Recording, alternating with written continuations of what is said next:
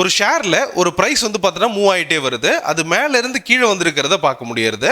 அந்த இடத்துல ஒரு கேண்டில் ஃபார்ம் ஆகுது. ஓப்பன் ஆகக்கூடிய இடத்துல இருந்து வந்து பார்த்தீங்கன்னா ஒரு செல்லரோட டாமினேஷனில் ப்ரைஸ் பெருசாக கீழே வந்திருக்கிறத பார்க்குறோம். அண்ட் ஒரு இடத்துல இருந்து வந்து பார்த்தீங்கன்னா பையர் டாமினேட் பண்ணி ப்ரைஸ் மேலே வரைக்கும் போகிறாங்க, ஒரு பெரிய பீக்கை வந்து ரீச் பண்ணுறாங்க. திரும்பவும் வந்து பார்த்தீங்கன்னா உங்களுக்கு செல்லரோட டாமினேஷன் வந்துட்டு அந்த ஓப்பனிங் ப்ரைஸ்லேயே வந்து பார்த்தீங்கன்னா க்ளோஸ் ஆயிடுது அப்படிங்கிறதையும் புரிஞ்சுக்கிறோம். இந்த இடத்துல வந்து பார்த்தீங்கன்னா பையருக்கும் செல்லருக்கும் ஒரு பெரிய போட்டி நடந்து ரெண்டு பேருமே வின் பண்ணாமல் அதே இடத்துல மார்க்கெட் முடிஞ்சிருக்கிறத பார்க்க முடியுது. இப்படி நடந்துருந்துச்சுன்னா அந்த கேண்டில் ஸ்டிக் பேட்டர்னுக்கு பேர் வந்து பார்த்தீங்கன்னா உங்களுக்கு டோஜி அப்படின்னு பேர்.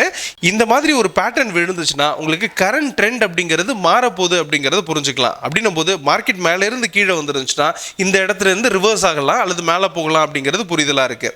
அதே மாதிரி மார்க்கெட் ஹையில் இருக்கும்போது, அதாவது கீழே இருந்து மேலே போயிட்டு இருக்கும்போது ஹையில் இருந்துச்சுன்னா கீழே வரும் அப்படிங்கிறத புரிஞ்சுக்கலாம்.